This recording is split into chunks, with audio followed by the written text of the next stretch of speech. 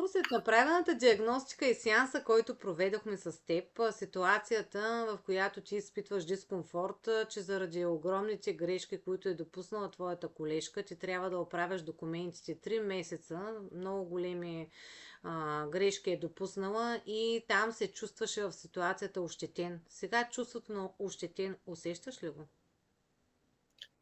Ами, благодаря ти, Злати, за това, че ти ме освободи от чувството на ощетен.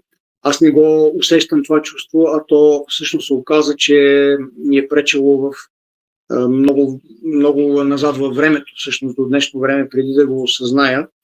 И това чувство на ощетен всъщност те кара по някакъв начин, те огнетява и ти пречи в пълноценната работа с документалната работа, да речем.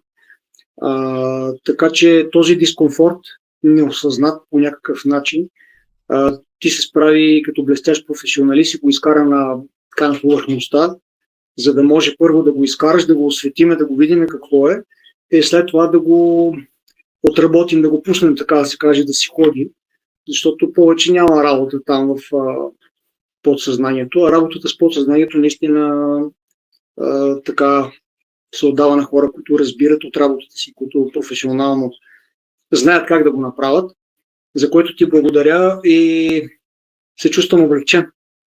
Облегчен да го направи както трябва.